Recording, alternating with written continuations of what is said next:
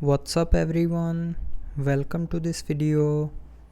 In this video I will show you how to fix if the apps are crashing in hyperos. So to fix this issue, first of all try restarting your phone. So to restart, press and hold on the power button and then swipe down this white circle, and when this circle gets green, then you can lift up your finger from the screen to restart your phone.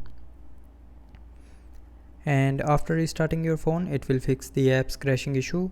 But if you are still facing the issue, then open and close the app 2 to 3 times. So if the gallery app is not working, then open the gallery, tap on this recent key and then close the gallery app and do it 2 to 3 times.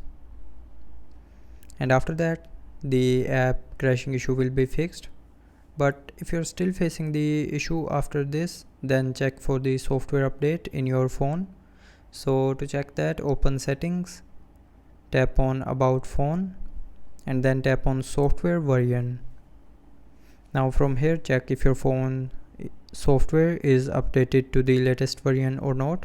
So if you have any update available, then update the phone's software, and after updating, the app's crashing issue will be fixed. So that's how you can fix apps crashing issue in hyperos. So I hope you liked the video. Thanks for watching.